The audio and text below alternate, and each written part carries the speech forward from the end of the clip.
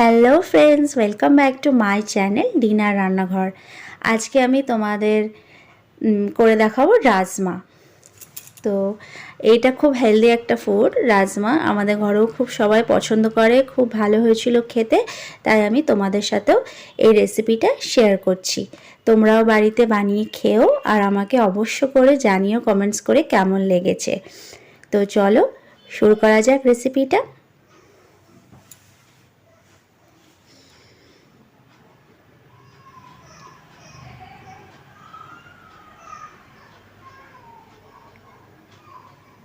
এখানে আমি 300 গ্রাম মতন রাজমা নিয়েছি। সেটা আমি কিন্তু সারা রাত ধরে ভিজিয়ে রেখেছিলাম, কোনো গরম জলে নয়, এমনি জলেই ভিজিয়ে রেখেছিলাম। তারপরে সকালবেলায় উঠে সেটা ভালো করে ধুয়ে নিয়ে তারপরে আমি প্রেসার কুকারে দিয়ে দিলাম। আর গোটা কয়েকটা আলু, 4 পিস মতন আলু, যে তোমরা যেরকম আলু পছন্দ করো সেরকম আলু দিতে পারো। আমি এখানে 4টে ছোটো মাপের আলু দিয়ে নিয়েছি, অবশ্যই নতুন আলু, তার জন্য আমি ছিলকাগুলো ঠিক মতন করে ছিলিনি, মানে হাফ ছিল আর হাফটা উঠিয়ে দিয়েছি, খেতে ভালোই লাগে। তারপরে আমি এর মধ্যে 2 চামচ লবণ দিয়ে সেটা আমি কিন্তু 5টা হুইসেল দিয়ে নিয়েছি প্রেসার কুকারের। এখন দেখতেই পাচ্ছ যে আমি 5টা প্রেসার কুকারের হুইসেল যখন বেজে গেছে, যখন একদম ঠান্ডা হয়ে গেছে, তারপরে আমি কিন্তু খুলে নিয়েছি সেটা। আর এখানে আমার রাজমাগুলো ভালোই গলে গেছে। তোমরা দেখে নেবে কে কেমনভাবে রাজমাটাকে সেদ্ধ করবে। তারপরে আমি একটা কড়াইতে রিফাইন অয়েল নিয়ে নিলাম, তাতে আমি গরম মশলার মধ্যে দিয়ে দিলাম দারচিনি, লং আর এলাইচি। তারপরে আমি এর মধ্যে গোটা 2টো কুচি করে রাখা পেঁয়াজ অ্যাড করলাম আর লঙ্কা। তারপরে আমি এটা ভালো করে এখন ভেজে নেব। বন্ধুরা, তোমাদের যদি আমার রান্নাগুলো ভালো লাগে তাহলে অবশ্যই একটা লাইক কমেন্টস করো। তোমাদের লাইক কমেন্টস আমাকে উৎসাহ করে আরও নতুন কিছু রান্না করে তোমাদেরকে আমি দেখাই।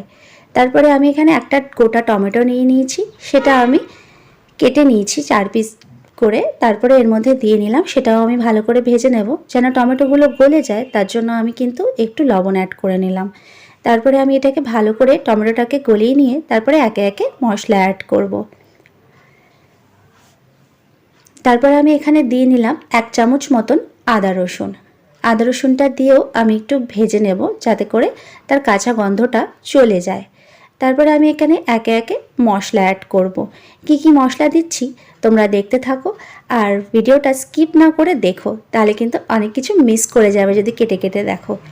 তারপরে এখানে আমি দিয়ে নিলাম 1 টেবিল চামচ লঙ্কার গুঁড়ো, 1 টেবিল চামচ হলুদ গুঁড়ো আর ধনিয়া গুঁড়ো।